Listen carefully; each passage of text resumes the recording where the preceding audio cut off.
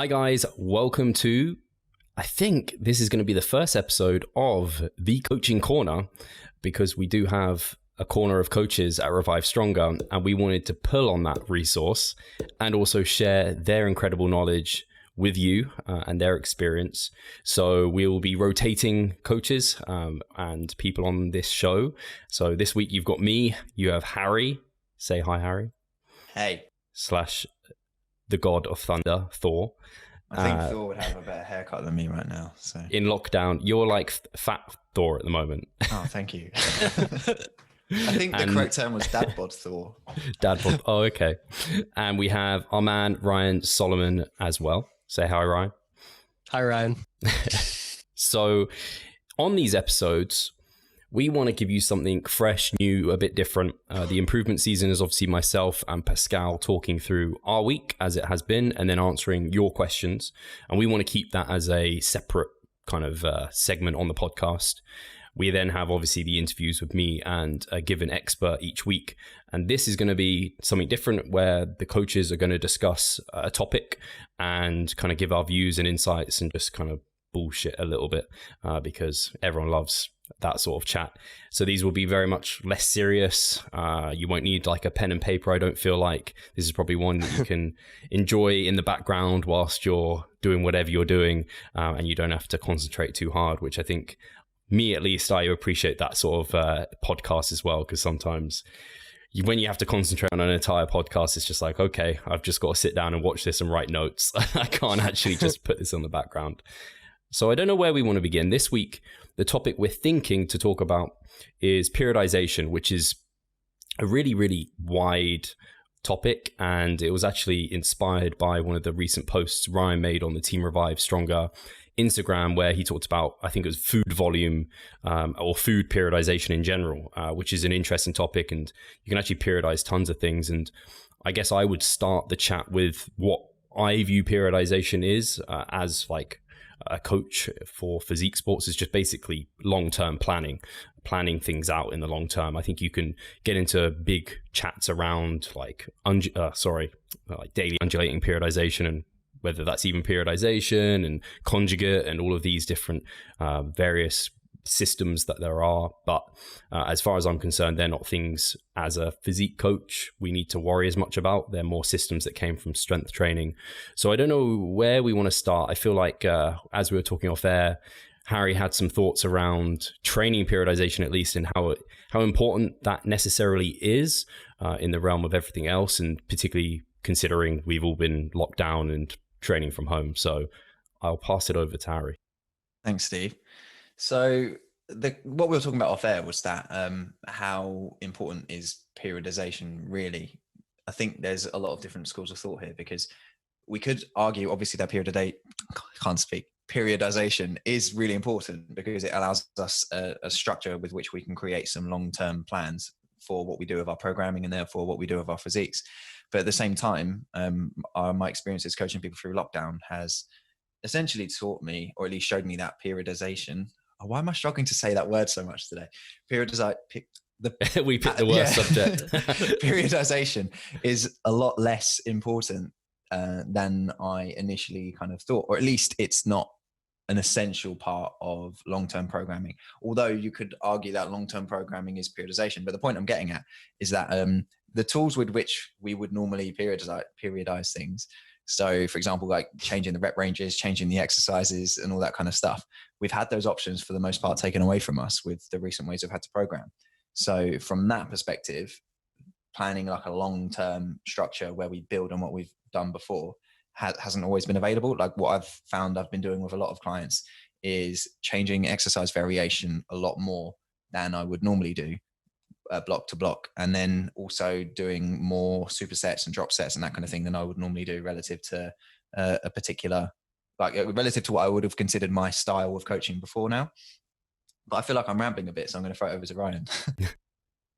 No, I think that absolutely makes sense. And I think that in general, having too strict of a kind of periodized scheme just kind of leads to having to switch a lot of stuff. Like if you have each mesocycle planned out for the next like 12 months on exactly what you're going to want to do, often after like 2 months, you're like, okay, things have changed. You're living in a different context now and you have to restructure things. So I think that still like overarching, it's a good idea to have some sort of general sense of, okay, I'm going to be in a massing phase here and I'm going to be, this is kind of what my training is going to look like during these phases. And then I might have some sort of primer phase here, and then I might do a cutting phase here. But getting super particular on, I'm going to work in this rep range with this many drop sets, with this many sets for each and every exercise, and just working things, all those specifics out, ends up in having to change a whole bunch of stuff and then kind of just waste your time because it sets you up for failure, and it doesn't allow for that flexibility when stuff comes up. Now, hopefully the coronavirus is kind of a one-time thing for at least a while here, but yeah, it definitely doesn't allow for that flexibility if you're too strict on that. So yeah, I guess periodization came from, like I said, like strength sports, and they were, or like the Olympics, for example, and they're planning like months and months back from the Olympics or from peaking for a powerlifting meet or something. Whereas what is it for a physique competitor or someone who's not even competing? It's just like, well, actually studies have shown that kind of longer term periodization is not necessarily super important. And more important is probably something you were talking about there, Harry, was kind of the programming element in terms of like exercise variation. It's like you can't pull on the string of changing like exercise rep range or like intensity like leg so curls, much. We've got one option and that's it. And then, so you have to pull on the string of exercise variation, which even actually training from home, imagine that's been, is there any exercises training from home like that you've found yourself always using, or have you found any exercises that you've like found that have been decent? I have one in mind. I'll say it now. It was I've called it the Superman squat, just because you end up putting a towel on your back and you tuck it in the top and like maybe put a band over the top. It basically looks like a cape, leaning against the wall and then doing a squat. So it's kind of like a hack squat. And I'm actually considering putting that back in my next mesocycle instead of the belt squat, because it just actually seemed to work even better than I could have anticipated. But I don't know if I know I've jumped off topic, but I'm just interested to hear if there's any exercises you're like, I've given everyone this. Yeah, for me, it's been inverted rows using some kind of wooden dowel or stick or something like that between two elevated platforms. That's been in every block because I can't think of a meaningful alternative to that. And I found I've just been varying things. So like grip width, supinated versus pronated, that kind of thing. I've even made jokes with clients where I'm saying like, next block, are you going to hold it with three fingers instead of 4 fingers? Like that kind of stuff. Just like, like just try to find any little bit of stupid variation I can. I haven't actually programmed that. I only make jokes about that. What about you, Ryan? Any exercises you're just giving everyone? I bet it's like a lunge or something. Yep. I was going to say Bulgarian split squats is like the main thing that everyone's doing for their legs. Like it's for a lot of the other like quad exercise, like we could do like body weight squats and stuff like that. But like, man, after 50 body weight squats and training to failure with those, it's just easier to do some sort of single leg variation on those. And for like hamstrings, tending to lean towards like just banded hamstring curls or something like that. If you can figure out some weird way to kind of rig it up. I know for a while there, I was like having the band over my back and then doing leg extensions with the band. So there's ways that you can kind of finagle it, but I would definitely say Bulgarian split squats, pull-ups, push-ups are kind of the three main ones. Cool. So back to periodization, at least. Something at least I found was really helpful, especially as a coach, was it allowed me to give myself and the client like a plan going forward. And it wasn't just a case of we're doing this, like we're mass gaining and we're just going to keep mass gaining till you're fat or something. It was like a case of actually we're going to plan the kind of body weight we want to achieve and get to. We're going to have like different kind of blocks after one another that are kind of phase potentiated, you could call it, where they build upon one another, where we're layering on volume. And that I found once I was able to give that to clients, it was like, oh, now I actually feel like I can talk to something to them about, rather than just be like, oh yeah, this is the plan, this is the training program, it's just one sheet of paper and just keep doing this until it just burns and doesn't keep working for you. I don't know if you found particularly like concurrent nutrition and training periodization together was like that for me was when I kind of thought about it a bit more. It's like, oh, that makes a lot of sense that you can use both together. And I don't know if either of you have like a particular fondness for that and where you've used that, or maybe you haven't used that. Don't know if Ryan wants to kick off, or if I felt like Harry was about to speak. Yeah, I was about to speak, but if Ryan wants to speak, he can speak first. Go for it, man. I feel like coaching didn't click for me until I started to periodize nutrition and training alongside each other. And that's when I felt like things really started to work. And that's not to say that I'm married to that approach completely, because I do deviate where I think is appropriate. For example, sometimes you don't want to break the fat loss momentum by having a diet break, even though it's a deload. So you would continue doing it. But yeah, definitely when I started to think of them as like two sides of the same coin rather than two individual things, it was a lot easier for myself to coach. And I found it was a lot easier for clients adherence wise, because the way I was doing things before, when they were almost like two separate things I was coaching, I tend to find it was getting confusing for clients as well, where they were a bit like almost had too many things to be keeping an eye on. So yeah, I'm a massive fan of periodizing them both together for sure. Right. Mm-hmm. Yep. I would say that on my end, when I started thinking about them together as well, it's when I really started thinking about, okay, why are we doing the certain things we're doing? So when we're training, we are training to stimulate our muscles for growth. And when we're doing that, well, and our goal is gaining muscle and going through a gaining phase, well, we probably want to pair that with a calorie surplus. But if we're training and our goal is just to kind of recover, and we're not necessarily pushing volume like crazy or anything like that, and we're just going through a deload week or something like that, does it also make sense to pair that with kind of a calorie surplus and to try to put on a ton of muscle when the goal is just to kind of recover? Well, maybe not so much. So by kind of understanding the reasons why we're doing stuff in our training and pairing that with our nutrition, it definitely makes everything kind of work together and make a lot more sense. Yeah, for me, it was like just actually talking it through and not realizing that sort of thing. Like, you're deloading. Do you need to be in a big surplus that entire deload? Or like maybe you don't. And I think some people could say, oh, like you're micromanaging. And I think elements could be where people take it to the point of which potentially they have like training day calories, rest day calories, and they're really maybe having medium, high, low days. I've had that before. When I was in my first contest prep, I had that. And that was just like micromanaging to just no end. And it was just like, maybe it made me, for some people, maybe that makes them feel like they're getting more out of their program because they're like making all these manipulations and it seems super advanced. But for me, it was just like, oh, because our body's not like punching a time clock. You can't perfectly match calories in, calories out each day or whatever surplus you want to try and micromanage. So I think like that weekly periodization, like you said, like potentially have a deload and diet break combined, but also, as we discussed with the training, not being kind of married to it and I think I've fallen for this sometimes where I feel like if I plan to do something here, it's like I have to do it. Otherwise, all hell's going to break loose. And you just have to remind yourself of the kind of the basic physiology and how things actually go and like how much time there is in life where if you're just even off for a week, it's not the end of the world. So something I'd be interested to hear for, let's go with Ryan first this time.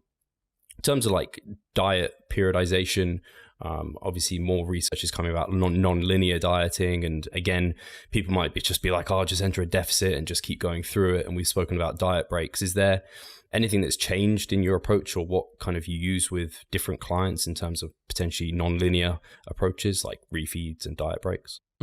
Yeah. So I tend to kind of across the board with clients, I almost always pair kind of deloads and diet breaks. I just think that tends to make a lot of sense. Now, sometimes if it's really early on in the diet and we're just kind of getting started, then maybe I'll just bring calories up for like 3 to 5 days in the deload week rather than the complete week. But when our training stress is lower and the goal is recovery, I think that eating around maintenance is probably the best idea there. So I think that is something that kind of across the board, deloads with diet breaks, I tend to do.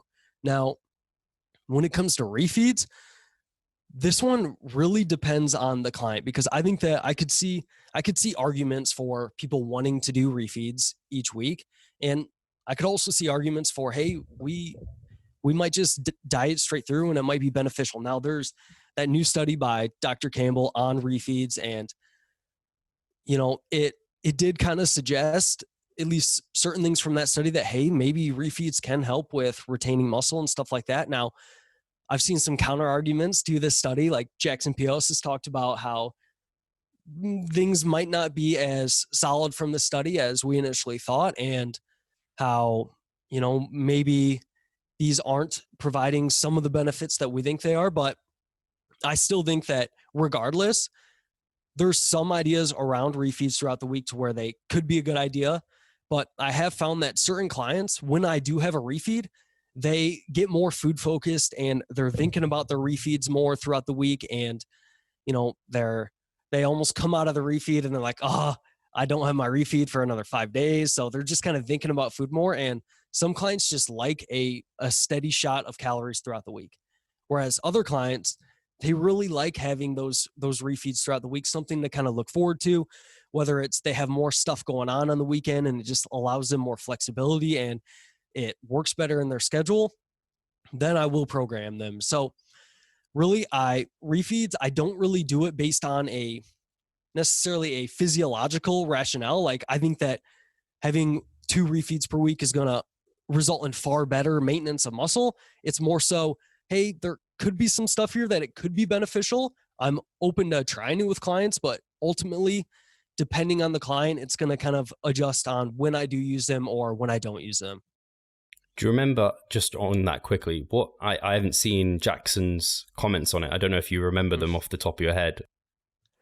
Yeah, so I don't want to misquote Jackson and then start a feud, start a researcher feud between them and him. But he just talked about, the way they measured some stuff in the study. It might not have been the best way to go about things. And you could probably make that critique for a ton of studies. And there's not, just one right way to do research and stuff like that. And he talked about how when he kind of ran the numbers himself, he kind of came to some different conclusions that the authors came to. And, there could have been some things in there to where they might have been seeing what they wanted to see with the study rather than, being as objective as possible. And this is not me trying to say that they did a bad job or anything like that. Like, Dr. Campbell's lab does an awesome job and they produce research specifically on physique athletes and stuff like that. But there were potentially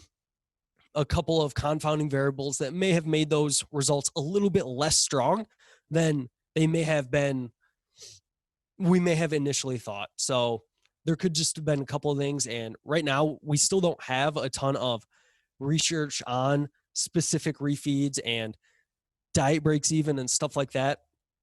Now we've got the Matador study and stuff like that. And there could be benefits, but an important thing to consider is kind of the total of things. So while we can do a diet break every 2 weeks and we can potentially mitigate some of those negative effects of dieting, we also have to consider, the group that doesn't do that, they're going to finish the diet quite a bit sooner and they're going to get back to massing. And if you compare the total time, 20 weeks of that versus 10 weeks of dieting and 10 weeks of massing, then kind of net, it might actually be similar. And then it might just come down to personal preference of the client. So that's kind of where I go with that one.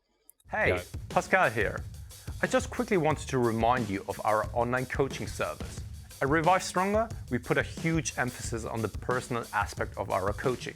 And if you want to take your physique and knowledge to the next level, hit the link in the description below. Yeah, I always think of fat loss efficiency. It's are we, by having a break here, are we gaining or losing time in terms of fat loss efficiency? And I think there's a sweet spot. It's probably different for different people, but it's very interesting. I might have to see if I can get Jackson on with Dr. Campbell, because I threw a bunch of questions at him, but the ultimate showdown. But there's nothing like having 2 researchers who are kind of investigating the same thing, who have different interpretations to kind of chat over something. And I know everyone, like you said, like, you're not trying to get a feud, and I think everyone's after the truth, and I think they'd both be very happy to talk to one another about that. And I'd be very interested. And like you said, there's very little research. This was the first like bodybuilding refeed study on people who lifted, and it seemed to be promising, but it was only a short period of time. We don't know. So, and it was only on a small number of people. I know they reviewed it in mass as well. So it's interesting that Jackson, he sounds like he picked up some stuff that others maybe wouldn't have, and I guess because he's actually in the field. So anyway, before I completely ramble on, I know Harry probably has some thoughts about diet breaks, refeeds. What's your general philosophies and approach? I've noticed a mostly direct correlation between like the lower calories someone's at, the harder they find a refeeding structure. So let's say I have a small female whose calorie deficit takes them down to maybe like 1,400 calories, and they really want to try like a refeed or something like that. And then in order to justify the refeed, we end up, say, going down to maybe like 1,200 to 1,300 5 days a week with 2 consecutive refeeds. But the hard thing is when you do a structure like that, is selling that client on still eating boring food in the refeed, because they're so restrictive anyway, and they're working so hard to get such a slow rate of weight loss. And then they see the refeed as like a break from that psychological stress. But then it isn't, because their refeed might only be like 1,600 calories or something like that. And then you're still trying to sell them on the idea of like, you still can't really fit many starches in your calories. And using like, well, I won't actually say any specific clients, but I tend to find that refeeds tend to work better the more calories someone has to play with in terms of adherence, because otherwise it just turns into a weekly binge. And what I don't like about them is they make people's weigh-ins really unpredictable. And then when you have a starved client who's neurotic anyway, having unpredictable weigh-ins is really not a fun situation to be in, where every week you're pep talking, trying to say like, look, just trust the process. Things are going fine. But then you start doubting yourself and you're like, are things going fine? Because these weigh-ins are really inconsistent as well. And I'm not a massive fan of them. And I'm really not a massive fan of having separate training day calories and rest day calories.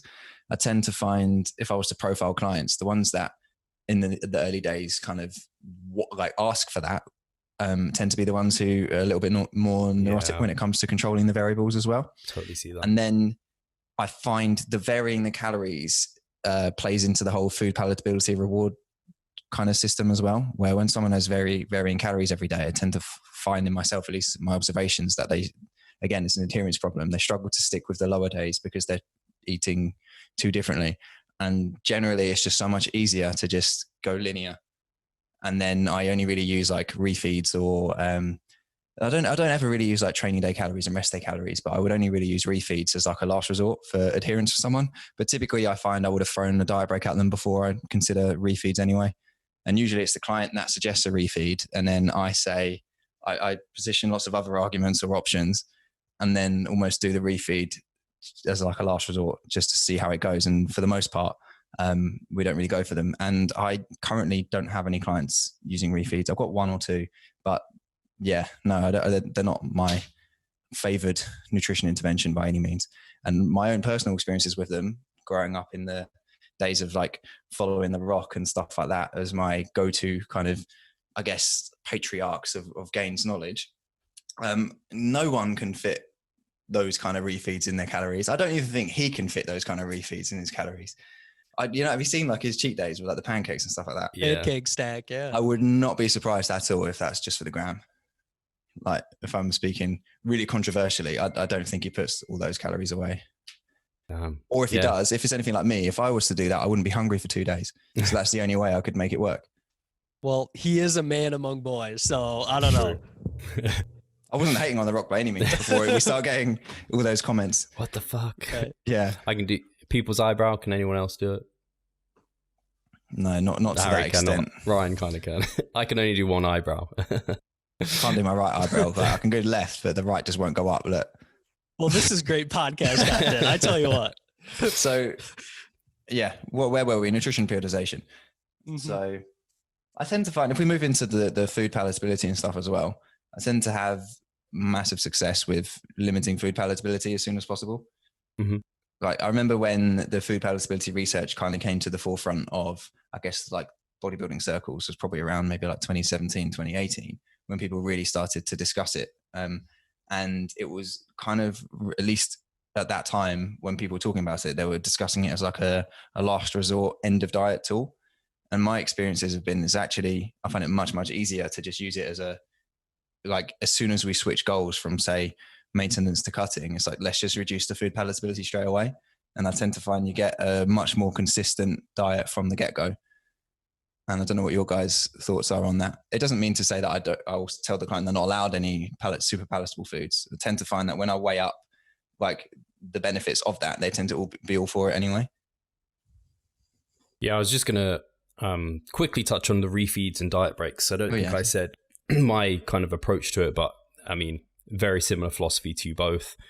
Diet breaks are something that I do more regularly use. I do find them to just kind of be like a deload. Like you need to take the deload or you're going to deload for yourself. And similarly, if you don't take somewhat of a diet break at some point, probably some binge is going to come out or you're just going to not feel very well. And from a periodization point of view, very much complementary to the deload in terms of kind of replenishing glycogen stores and everything. But something I did probably only in the last like year, like maybe I did it in 2020 a few times, was thinking about like taking fewer days at maintenance during the diet break. It was, for me, it was like always 7 days. And then it was like, oh, maybe I can just take half and then I can extend that by a day like each time if I need to, which again makes sense. And I thought that was nice because it reflected on kind of, Harry, your initial thought of you don't have to be like set in stone. Find like, I guess I posted on my Instagram yesterday about shoe size and like find what fits you, don't fit yourself to like a proposed paradigm. If you're finding something uniquely to you, then keep with it or stick with it. But refeeds has been interesting. I'm very much similar to you both in that they're not something that I default to. They're more of something I use sparingly with a lot of the time some clients just like them and they know they've dieted with them before and it helps their adherence and they're moving through the diet. And then for other people, it's maybe they're 3 weeks into another phase of dieting. They don't need to like take a full diet break, but I don't know, maybe for a social occasion or they're just feeling really tired and beat up, maybe I'll give them 1 to 2 days at maintenance just to keep things ticking over, give them a short refuel.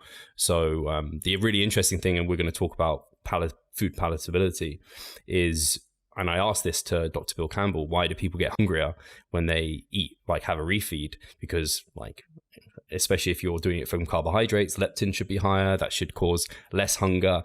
But it always, from my experience with clients, it always upregulates hunger. And that is partly why, there, not down there. I think it is mental. And that's partly why I like diet breaks, because they might get that heightened hunger for the first couple of days. But then by the end of the diet break, typically it's dissipated and they're ready to then start dieting again. So don't as often find people binge and fall off track with diet breaks like that.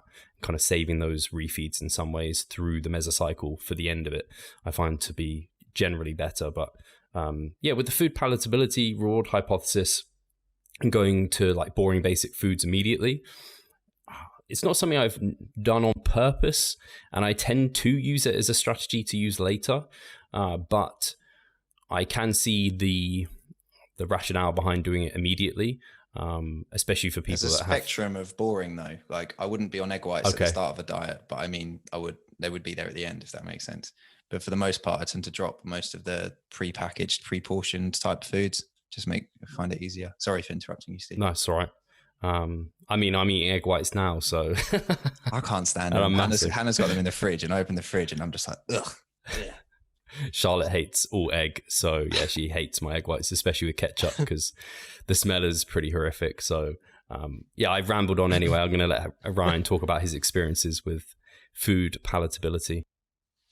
So one thing that I'll touch on before I jump to palatability is you mentioned kind of refeeds and making people hungrier and stuff like that. And interestingly, I just listened to a podcast with Alan Aragon, and he kind of talked about doing higher protein refeeds to where he'll jack protein up on certain days instead of carbs. And that he talked about like that really killing hunger and stuff like that. And, with some research from, I'm not sure if it's Jose Antonio or if it's Josie Antonio. Like I've heard it pronounced. I think it's Jose too, but I've heard it pronounced both ways. So I'm not entirely sure. Like, you know who I'm talking about jalapeno. though. And yeah, that's what I'm thinking. But he has a couple studies on where people overeat on protein and they don't put on a lot of fat. Now there's people that, you know, question whether they were actually eating that much protein and stuff like that, which we can't know that. And I would say that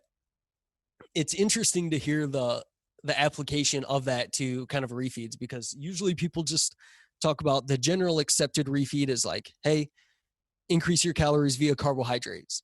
But maybe increasing some protein too might help kind of with that added hunger that you might get with refeeds. Maybe you could do a bit of both and have some application there. So I definitely think that's interesting, but kind of circling back around to that is interesting. I like that. Yeah. And you know, I haven't tried it yet. I haven't done it with clients, but if I have a client that's experiencing a lot of hunger on refeeds, I might, instead of increasing carbs by like 100 grams, I might do like 50-50 or something like that. So, and circling back to kind of food palatability and stuff like that, I generally kind of recommend to clients, hey, if we can, keeping your food volume kind of similar depending on no matter what phase we're in probably isn't the worst idea. So if we are deep into a massing phase, increasing your kind of calorie density a little bit, so your food volume's a little bit less, might not be a bad idea. So you don't just get used to eating huge amounts of food. Because I know sometimes me in the past, and clients have talked about this in the past as well, is they'd be peak massing phase, but they're still eating like massive salads and a lot of artificial sweeteners, stuff like that. And it's almost like they are training themselves for like a food competition. And then when they take that food away, they just are never satisfied. So I think that by kind of keeping your food volume similar is a good idea. So when you're deepest into cutting phase and your calories are lowest, increasing your food volume to kind of compensate for that. And then as calories move, kind of continuing to move that calorie density based on kind of where you're at with calories tends to work pretty well. So that's kind of where I land with that one. Harry, sorry, I just got distracted because you reminded me of something. I can't remember what it was now. Jackson Pios posted it again. He posts all these controversial studies over on his Instagram, so I do recommend people check him out.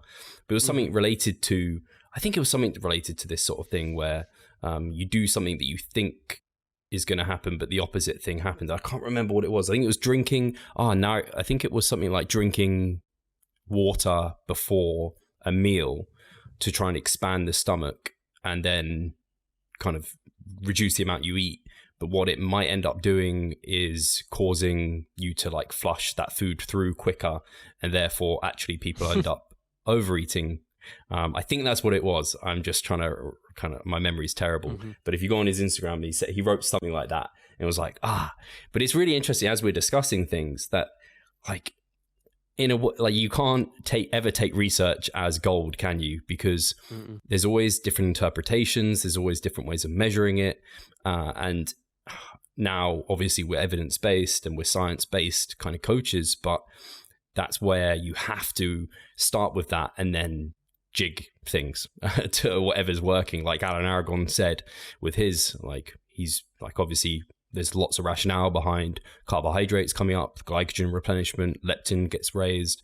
But if in practice that's causing people then to kind of fall off track and not adhere, then, and I'm sure even kind of with protein being jacked up and that causes more satiation, I'm sure there's some people that have even tried to question whether or not protein is even the most filling macronutrient. Like like someone like Menno Henselman, I think, kind of questioned that. Yeah.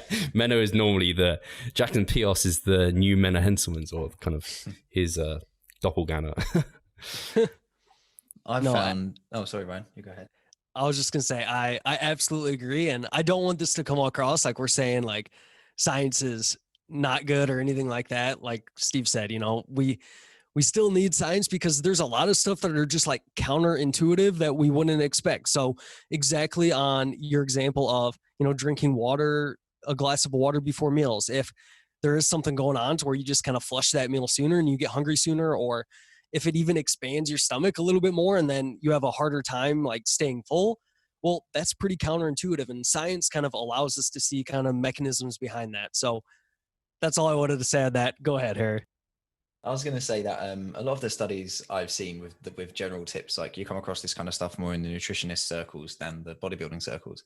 Things like, say, having a whey protein shake before a meal or having an apple before a meal results in less food consumed. But that's not practical in the real world because we don't go into a buffet where we stop eating when we're full. We eat the amount of food we prepared, typically whether we're full or not. So those kind of interventions I've found have been pretty pointless, especially like when I have worked with obese clients in the past, where I'm like, let's have a whey protein shake and an apple an hour before your dinner. But then they'll eat all their dinner anyway, because like I said, they've prepared X amount of food, they're going to eat that. So I found that those kind of studies are kind of interesting to know, that having a smaller meal or like one thing prior to your meal would result in less food consumed, but it won't when you're the one who's buying the food that's being consumed. So there's that kind of thing that I find interesting, the fact that like where science is not massively helpful. And it's the same situation as well, what you said with the water, where there's so many confounding variables there, where if the client is aware of the hypothesis of the study, then that confounds the study massively anyway.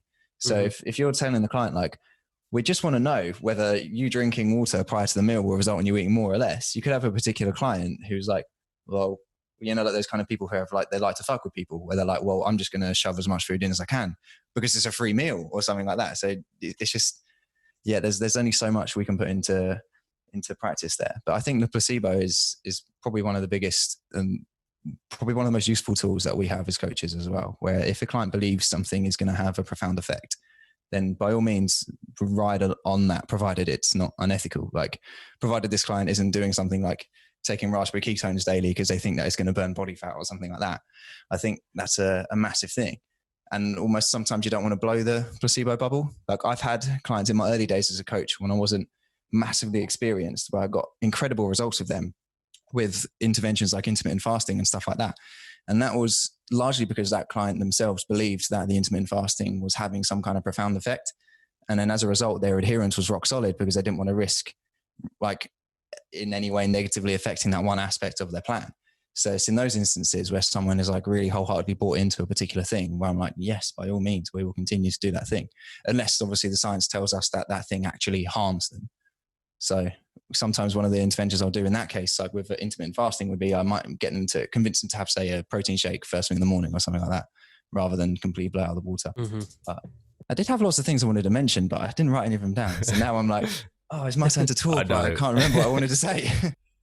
I was just going to mention, because I brought it up, the study was the effects of pre-meal drink volume on gastric motility, and energy intake in healthy men. So I was pretty much spot on with what I was saying there. So it is interesting. But this is actually, speaking about the placebo effect, this is why as a coach, and I think is really important for any coach, is to get your client to buy into you as a coach, because like we can be a positive placebo in some ways. Like, oh yeah, I'm signed up with Revive Stronger. They're the best coaches in the world. They're going to get me jacked. And I'm like, whenever I have a client, I'm like, I really want you to believe in this program, like that belief. And if, I don't know if you guys have had this, but if you have clients who you're just struggling to get that buy-in and they're just not like with it, and it obviously we're good coaches, we have principle-based programs, but if they're questioning everything and they just never feel settled in, sometimes eventually they get your trust and you kind of build that with them and that rapport. But I've had some where like they do the 3 months, they've been questioning everything, they haven't really stuck to anything. And I'm just like, I just know you're not really going to see any results. It's super frustrating. So I don't know if you guys have experienced that as well, where that's how important buy-in is, and some of the best results you get with clients are just the ones who just wholeheartedly think you're the best.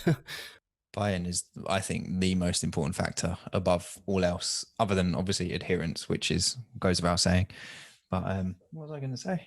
Ryan, you speak. I had something I was going to say. It's in the tip of my tongue. So for me, I haven't had a ton of clients that, weren't kind of bought in. Like, I think a lot of the clients I've had are like, been good. They've had questions about stuff, but it's more so even for their own learning, because a lot of clients that I have are PTs themselves and stuff like that. And they just want to kind of better understand the reasons for certain decisions I make and that sort of thing. So I haven't had a lot of experience with, clients that just aren't kind of buying in. Now, I would say that one of the most common traits throughout all of my clients that are successful is the ones that check in on time. Like you wouldn't think that matters at all for the results they get, like if they stick to the plan and stuff like that. But the ones that consistently send their check-in on time each and every week are like the ones that are kind of on it. They're sticking to the game plan and they see the best results. So I wouldn't say that, I've really had a hard time getting that buy-in, but maybe it's just because the ones that I don't see as bought in are the ones that don't check in as regularly and stuff like that. So I think it's kind of two of the same things there. Harry, you remember what you were going to say? Yeah, I did. I wrote it down. I was going to say regarding the buy-in, this ties into that. I found that one of the reasons why I favor much faster rates of weight loss than I guess what science would tell us with clients is because of the buy-in you can get from the get-go. And then, for example, if in the first 4 weeks, a client drops like half the weight they need to drop for their cut, then that client is so sold on the process. And then I tend to find that you get like a double down on adherence and stuff after that. And then you can relax on the rates of weight loss and stuff after that. Because we know again from research as well that you're much less likely to lose muscle mass in the first few weeks of a diet anyway. So the only time it really makes sense to go really aggressive is right at the start. And so I was going to say that I favor faster rates of weight loss. That's it. That's my 2 cents. Just everyone is mini cutting with Harry just from the get go. Right, they don't start that way. But no. Have you ever found where you've calculated the calories where you think they need to go, and then you set the client on them, and then you're anticipating say 1% weight loss a week, and then they end up getting 2%, and then you're like, okay, are you feeling good? Everything all right? And they're like, yeah. So you're like, all right, let's keep rolling with this, and then it goes really well. Or I've had instances as well where we intend to start a mini cut, and then when it comes to the end of the mini cut, they got so much momentum, and then they kind of ask if we can extend it a little bit. And then sometimes I find that it is worth doing that, but I do kind of have a cap in mind of like 8 weeks really, because you don't want to go so long that you end up losing the momentum. Sorry, that you've been out of the mass for too long that you can't get back into it. Because I know I've made that mistake before with clients where they're like, this mini cut's going so well, let's extend it. And I'm like, yeah, let's extend it. And then a week later, they're literally just like smash into a wall, and they have like no direction and they can't go anywhere. But yeah. Yeah, I was just going to say on like rate of loss, certainly if everything's indicating that things are going well, I don't slow it down just because, it's above the 1% that we were targeted. If their training's going well, they feel good, all of that good stuff, I tend to let it roll. And inevitably, the next few weeks, it slows itself down, unfortunately. It's very rare that it keeps going. But it's interesting because I'm doing a presentation on using the scale for body composition management. And I have a few client case studies. And there's just one client who, I'll give him a shout out, actually. I don't think he'll mind. He probably will listen to this, Josh Thayer. And he came to me and he had a lot of weight to lose for competing in a short period of time. So it was always going to be hard. Set him on, I think it was 2,100 calories. Didn't change it for the entire time. He lost 30 pounds. We had some diet breaks in there, but he just kept coming off. It was just crazy. Whereas you guys have probably had it with clients where it's like, you reduce it, it's like nothing. You have to keep chopping. It's like, oh, I feel so bad. We're getting really low now. I'm that person now, though. I found on my own diets, I have to go. I said this on the member site the other day. I have to go so much lower than you'd expect for someone of my height and weight. And then with my masses, I don't get anywhere near the heights you would expect for someone of my height and weight. So yeah. I guess that would mean I have quite an adaptive metabolism, or at least my behaviors are quite fluid, like the psychosocial stuff, where I can essentially like flip flop between different levels of activity and goals quite easily. I'm guessing it's a combination of all those things. But yeah, or I'm just massively lazy, and that's what it is. Well, you're a similar weight to me and a bit taller, but I think we diet on similar calories, but I mass and maintain on much higher than you, which is just interesting. Well below 2,000 calories to consistently get 1% weight loss at the moment. And that was prior to lockdown anyway. That was the previous diet before the diet. I had to get to the point where I was below 2,000, and I've never been below 2,000 in my life. And then all of a sudden it's like every time I mention it to people older than me, they're like, oh, that's age. And you're like, oh, shit. That's do you ever get that from people? Yeah, that's been completely busted, hasn't it? That myth. Yeah, that's of, what I say. yeah. But then those 10 people, typically like guys in the gym where I train, they're like, you know, the kind of people that poo-poo science anyway. They're like, oh, well, that's all a load of shit anyway. Like, I know best because I've got 10 years training experience on you, that kind of thing. And you're like, you end up like, you feel like a school kid where you're just like, yeah, it's okay. Yeah. But you're like 26, aren't you, Harry? Yeah. Yeah. I'm the old guy in his How old 30s. are you? You 30? are old. Yeah. You should probably think about retiring soon. Yeah. Well, I've probably hit my genetic ceiling, so I might as well give up. Great segue here. But Well, we were on. Sorry, one go thing for I it. was going to actually ask you guys is, have you noticed that with clients that sometimes before a deload, it seems like the weight loss has kind of started to plateau a little bit, but then you take the deload, diet break, and then you start back up on your previous calories and you start losing weight pretty well again? Yeah. Yep. Consistent. I think And it's pretty adherence consistent. related more than metabolic. Mm-hmm. Yeah. And when do you guys like to pull the trigger on further decreases in calories? So if they kind of weight loss slows down for a little bit here and there, when do you guys like to kind of pull that trigger? Go for it, Harry. I'd say straight away. I spent too long in my early days as a coach being too conservative, and as a result, my clients suffered. So now I remember that I can always give calories back. So pretty much, I'd say 8 times out of 10, if there wasn't the right weight loss I was expecting, I chop straight away, and then I explain to the client, we've made a reduction, but we'll bring it back if things start to change favorably. And more often than not, it was the right call. I find like 9 times out of 10 that like being really assertive with calorie changes, I've found much more success. Hi guys, Steve here. Just wanted to take a moment of your time to remind you of the Revive Stronger member site. Inside you'll find a thriving forum, a growing exercise library, presentations, research reviews, and courses. If you want to get involved, sign up via the description.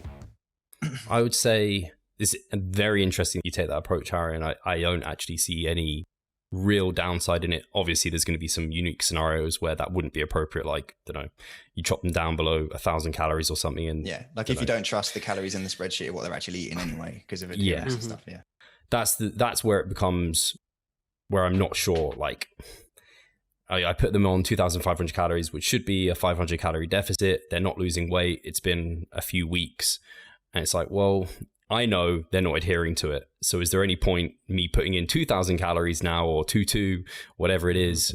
Maybe, because maybe they're adhered to, like now they're adhering to 2,500. It's so tricky in that regard. So for clients who I really trust that they are tracking accurately, that they're doing their job, I'm confident that they're in a calorie deficit, I will hold off for more time, especially for females, especially for people who are trying to get leaner, because the rate of loss is going to be much slower anyway, or they're affected by monthly kind of menstrual cycle changes. So those are the cases where I'll leave it for a bit longer.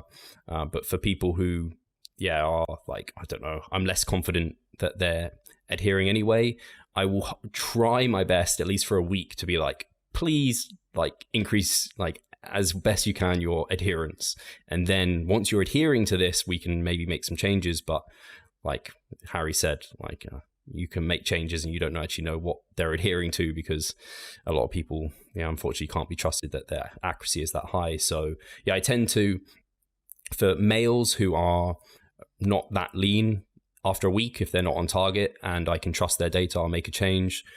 For females, more so like 2 weeks to a month, and definitely checking monthly averages. Again, it depends if I can trust the data or not. And then for kind of contest preppers, people who are getting very lean, it's that 2 week sort of margin of, are we on target? Again, if there's a deadline, which often there is for contest prep, I am now much harsher with drops than usual, just because like Cliff Wilson did a great job of talking about this when he came and presented. Just like I had a mental shift then. Yeah, you don't have time to lose in that sort of area. Again, you could argue, what if the person's very stressed, and that could become clear, and that's where the diet break might be the solution. Again, it's always individual, and context depends so much. That's kind of my wishy-washy answer.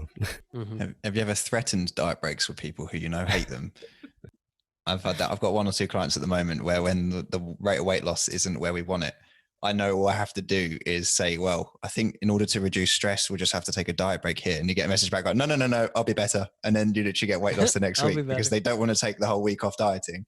They just needed to kind of slap themselves around the face and put themselves together a bit. That's funny. I've done that where they've been requesting a refeed, or they've made it clear that a refeed that is what they want, and then I give them it, and then that mental shift where they're like, oh, now I don't have to diet, is enough for them to be like, oh, I never took the refeed, and they drop the weight. It's like when you play with a toy and the dog wants it, and then you switch toys and the dog wants the other toy, and they don't want the first toy anymore. It's like exactly that situation. You're like, look at this. How about you, Ryan? So very kind of similar approach. I also depends on like the individual client and kind of what their weight loss has kind of looked like up to that point, because some clients are like pretty non-linear in their weight loss to where you'll notice trends to where, okay, it'll kind of stick. And then it's like, okay, maybe I'll give it another week, and then it'll drop pretty hard. And if they kind of have that pattern, then I'll be much more kind of conscious of, okay, I'll actually give this maybe 2 weeks before I make a change.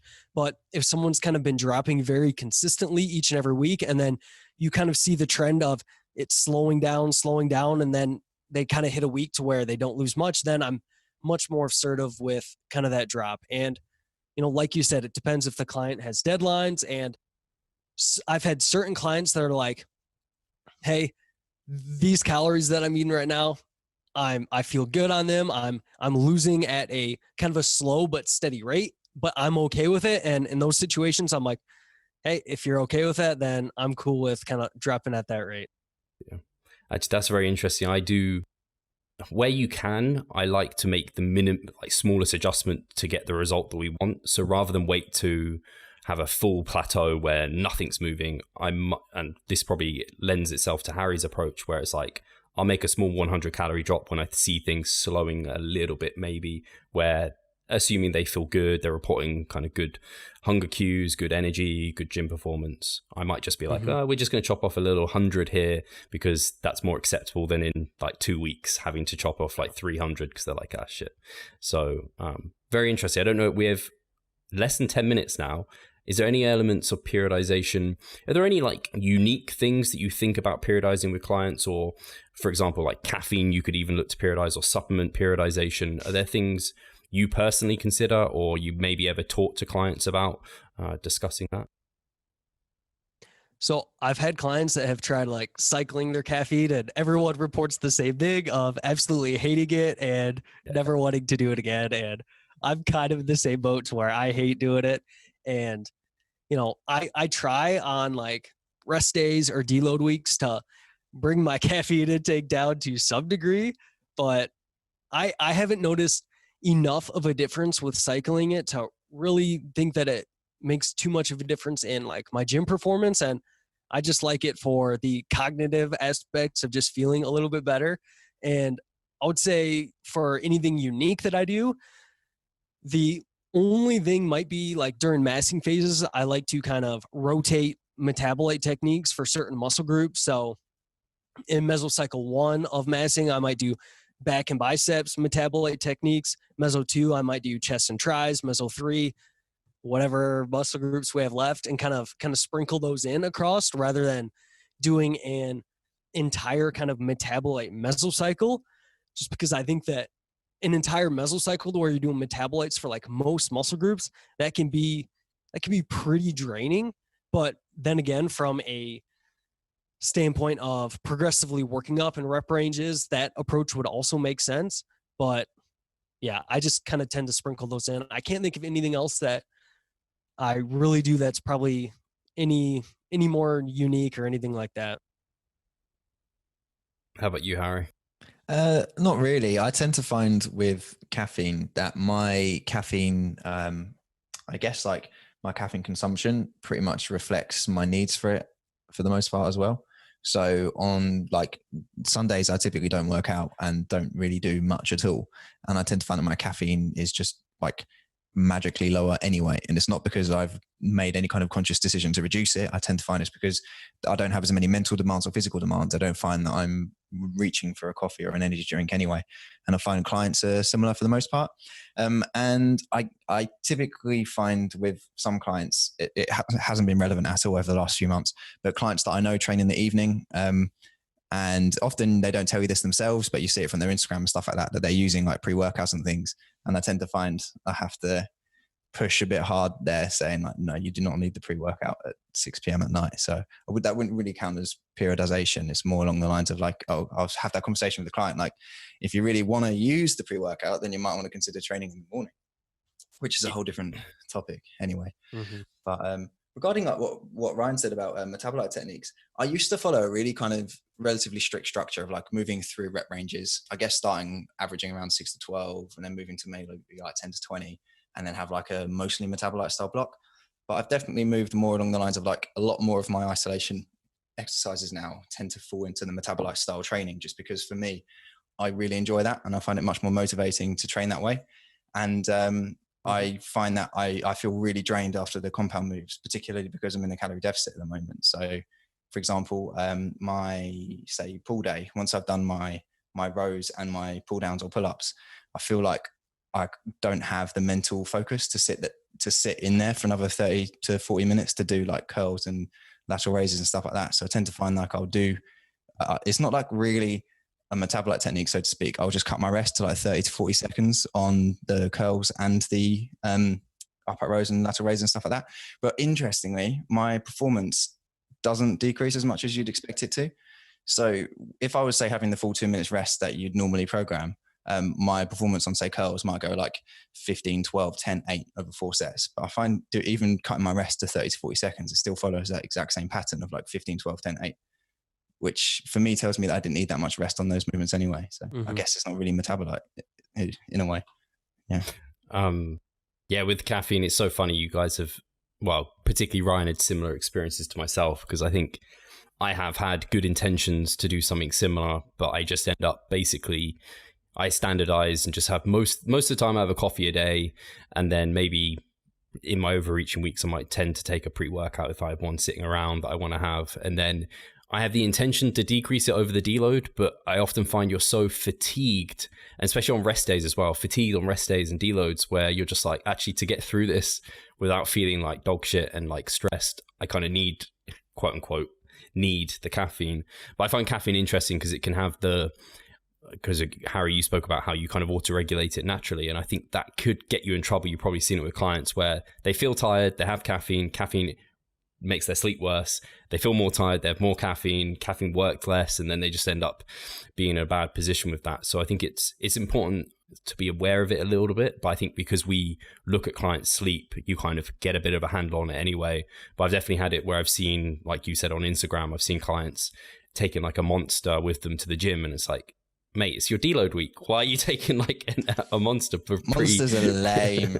What are they? Like 100 milligrams of caffeine? Yeah, there's not much. That's nothing to worry about. That's why when you get like a boomer who's like, ooh, when they see a monster, you're like, shut up. Like, you don't know anything. What's the highest you've gone in caffeine, like pre-workout? Highest I've gone was... like in one serving? No, I had 6 scoops of No Explode when I was like 20. And do you know what the scary thing was? Nothing. Didn't feel buzzed at all. And that for me was like I had this voice pop up in my head, like, maybe you should reduce your chronic caffeine intake. That like 600 milligrams maybe, or more. There was, and the interesting thing is that there was no bravado there. I was training on my own, but I'd ramped up to it because it was like, I was following a very much overreaching pattern, but it was a 4-week cycle at the time. Like I'd put it together where it was essentially like, you go up by a set every week, but I was also going up reps every week, and I was going to failure on everything on that 4th week. And I found that on like 2 days prior, I'd done 5 scoops, and at the same time, I was like, I still didn't get anything from it. So I was like, right, I'm going to try 6 scoops, and it ended up costing like £8 or something because I bought it from the gym. And then that's when I thought, like, this is where do I go from here? Like, I'm going to have to kind of dial it back and then think about this again. But the thing is, like, you'd expect that would make you shit your guts out as well. But I didn't get any like adverse effects at all. You had fake Probably. Fake no Maybe explode. like they'd like cut Probably. flour into the no explode or something like that. But regarding pre-workouts, I think no explode by far tastes the best. I don't know about the efficacy. That Gaspari. No, BSN. Oh. Yeah. But I've never had a yes. pre-workout in my life. they're the same company as ON. Did you know that? Say that again. The same. BSN and ON are the same company. Yes. Because I know I had someone had an old client who used to work there. So. But yeah, no pre-workout ever. Not ever. Coffee. Just coffee. I've used Luke. I can't remember what it is. The name of it. Luke supplement. Ignite. The one that's aimed at mental focus Utopia. rather than physical. Yeah. Yeah. And that I've used before some Call of Duty sessions with my brother, and I do notice an improved cognitive ability. I can't take it before work because I can't concentrate if I take it before work. Too much. While we're I feel like looking at a spreadsheet, my eyes like glance all over the screen. But if it's like before, like I said, some thing that I'm not that serious about, it tends to be good. But before a workout, it makes me feel really sick. Interesting. Yeah, I know when I was having gut issues, I spoke to Gabby about it, and she picked out those two supplements as saying some people have kind of get upset stomachs with them. So I don't know, that could happen. But yeah, because you see, what is the quote is it 4 to 6 milligrams per kilo or 3 to 6 milligrams, something along those lines. I think Greg Potter recommended like 2 to 3 milligrams per kilo. But for like pre-workout for the ergogenic effect. Oh yeah, for the ergogenic effect, it's like 3 to 6 milligrams. Yeah, Yep. That's a lot of caffeine, and I'm if someone's taking that, like, there. That's if someone's 500 not for me. Yeah, and if someone's not training in the morning, like if the half-life of caffeine is 6 hours, then you're gonna have like 300 milligrams in your system at like 9 o'clock at night when you're going to bed, and it's probably not the best idea. So yeah. And then it's like, are you having any coffees or teas included in that day? It'll kind of accumulate on what you've already had. So yeah, I have to be pretty careful. I can't like more than like 200 milligrams is when I start to notice it like influences my sleep kind of regardless of when I take it. Yeah. And, you know, one of my friends from college, he drank over like 1,000 milligrams of caffeine every single day. It was ridiculous. The guy, like, he was a trainer, so he got up at like 3 a.m. and he slept for like 3 hours because he just was he liked doing things late at night anyway. So yeah, crazy, but yeah. I can relate to that. My dad is a freak of nature when it comes to caffeine intake as well. I've been on at him for years. He'll be like dozing on the sofa at like 11 p.m. at night, and then he'll go and make himself a coffee. And then my dad does the same exact thing. And I've said to him before, like, how do you do this? Like he claims that he has no issue sleeping, but I think he just doesn't know any different because it's his chronic lifestyle. Yeah. But the thing is, I'm not an authority figure to my own dad, so he's never going to follow my advice. So I really want to run an experiment with it. But I did convince my mum to switch their caffeine to decaf, but I haven't heard the results of that yet. It's been about 3 months of decaf. I wonder if he's got his own secret stash of caffeinated. I wouldn't be surprised if he did. But yeah, he's a freak of nature. I don't know how he does it. Goes to bed at like 2 a.m. and wakes up at 7. Jeez. Yeah. So we have been an hour. It's been a good chat. Hopefully the audience have enjoyed this coaching corner. I enjoyed it. It was good. And I'm excited to do more of these, actually. I think they're going to go down well. On YouTube, just in case they didn't like it. Say that again. Turn off the comments on YouTube, just in case they don't like it. Give Harry some stick. Call him Dad Bod Thor. Who's Ryan? I don't know who to give Ryan. I don't know who to give Ryan. I'll just be Ryan. That's fine. You can be the Credible Hulk. You got the glasses. I don't think I deserve the Hulk. Bruce Banner. Yeah, I'd say Bruce Banner. I'll take it. Brains. Yeah. Take it. That's Steve. good. Who's Steve? Steve's probably like, I don't know. I would say the like Hulk right now, based on your Instagram post. Let's go DC, and I'll be Wolverine. DC's right. Wolverine is Marvel. Oh, is he Marvel? Jeez. Yeah. Oh dear. You can DC's be Bane. Batman. Yeah, Bane. Yeah. Yeah. They're kind of meh. Anyway. Bane's not meh. Bane was meh in the movie, but in the actual comics, he was. Do you think anybody's still listening to this podcast right now? I should try and end it. We'll put the ad for coaching right here. So yes, please do, listeners, thank you for listening. If you are still listening, please do comment below if you like this, if you want any particular topics to be covered. That would be really helpful for us. Give us a thumbs up, give us a share, notifications, all that good stuff. It's always highly appreciated. And thank you, Harry and Ryan, for joining me for this session, and take care.